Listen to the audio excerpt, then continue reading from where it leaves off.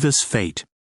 Long ago, in the Bavarian city of Bamberg, there lived a woman named Eva. She dreamed of a man she could love and who would love her in return. She dreamed of growing old with him, of living a life of happiness, love, and mutual devotion. She would show him her favorite bathing place in the forest near Bamberg, and with him she would share many wonderful experiences and memories. But such a man did not exist for Eva, no matter how much she longed for him.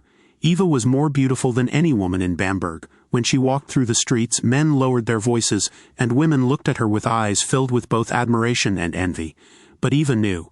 Those looks were not for her soul, but only for her body, and so she often sought solitude by the brook where she loved to bathe, where the clear water played around her like an innocent embrace.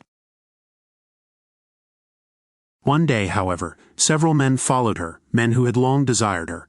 They entered the water, their eyes greedy, their hands impatient. One laid his hands on her body, another grabbed her hair, a third whispered that she should give up her resistance and surrender to lust, whether with one of them or with all at once.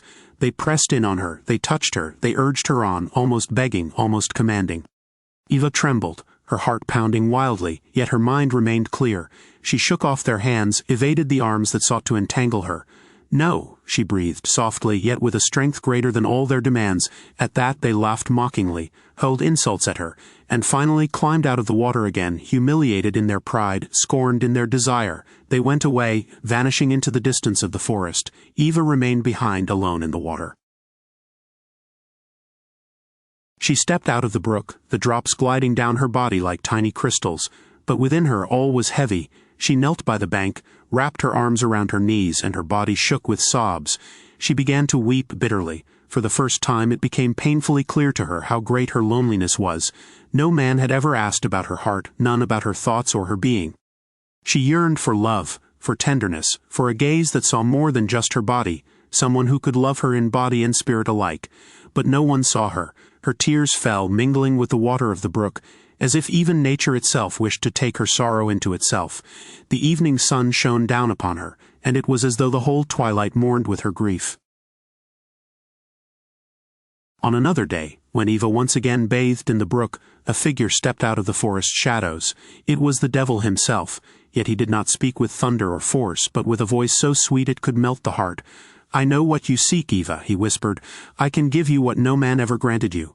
Love, power, and freedom from your loneliness." His arms wrapped around her, firm yet tender. For a moment Eva closed her eyes, letting herself be carried by his warmth. His breath brushed her skin, his words were like honey, and her heart wavered. She felt the temptation to give in, to finally soothe the longing that had tormented her so long. Yet at the last moment, she found her strength again to resist the false seducer.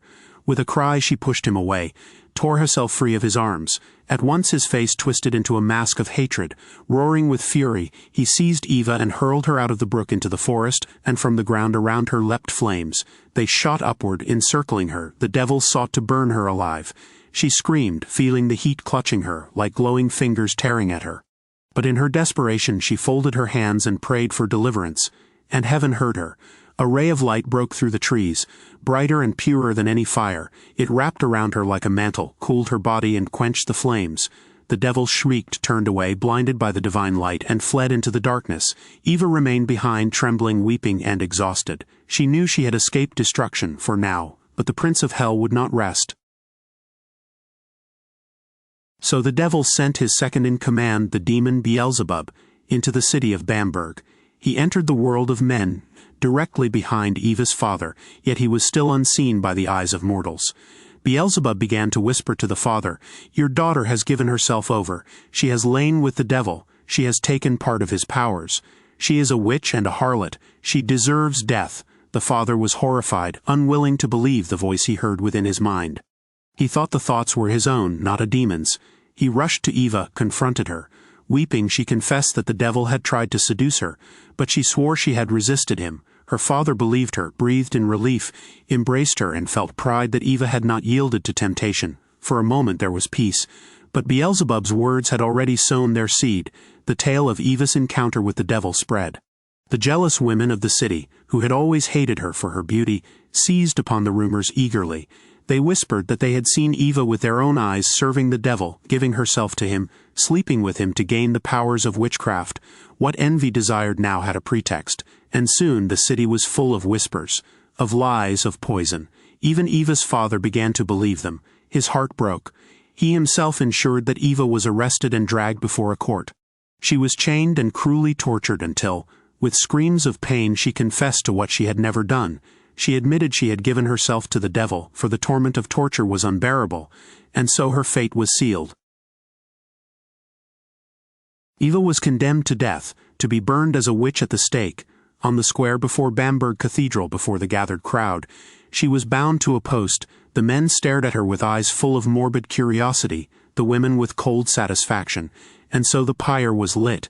The flames began to consume Eva's body blazing high, and she screamed in unspeakable agony. But then, in the midst of her torment, she cried out at the brink of death to the Holy Virgin Mary. "Holy Mary, Mother of God, please deliver me from this shame and from this pain," and heaven heard her once more. Suddenly darkness fell, as if the 9th plague of Egypt had come upon Bamberg. The wind rose, lightning flashed across the sky. One bolt struck Bamberg Cathedral, shattering its walls, and a glowing stone was hewn down from above. It streaked through the air, struck Eva upon the head, and instantly she was dead, freed from torment and disgrace taken from the fire.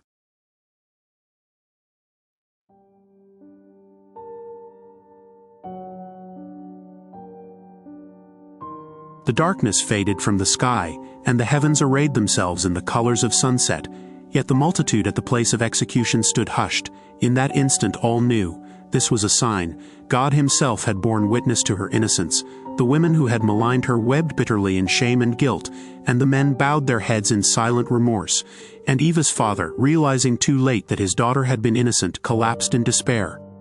In remembrance, 2 statues were placed at the Bamberg Cathedral. One of the Holy Virgin who had heard her plea, and one of Eva herself. Yet more than in stone, she lived on in the hearts and memories of the people. Not as a witch, but as a loving soul. She became a symbol of purity, of loyalty, of the longing for a love she never found in life. And when the sun rises or sets over Bamberg, and the sky is bathed in beautiful colors, the people say that it reminds them of Eva.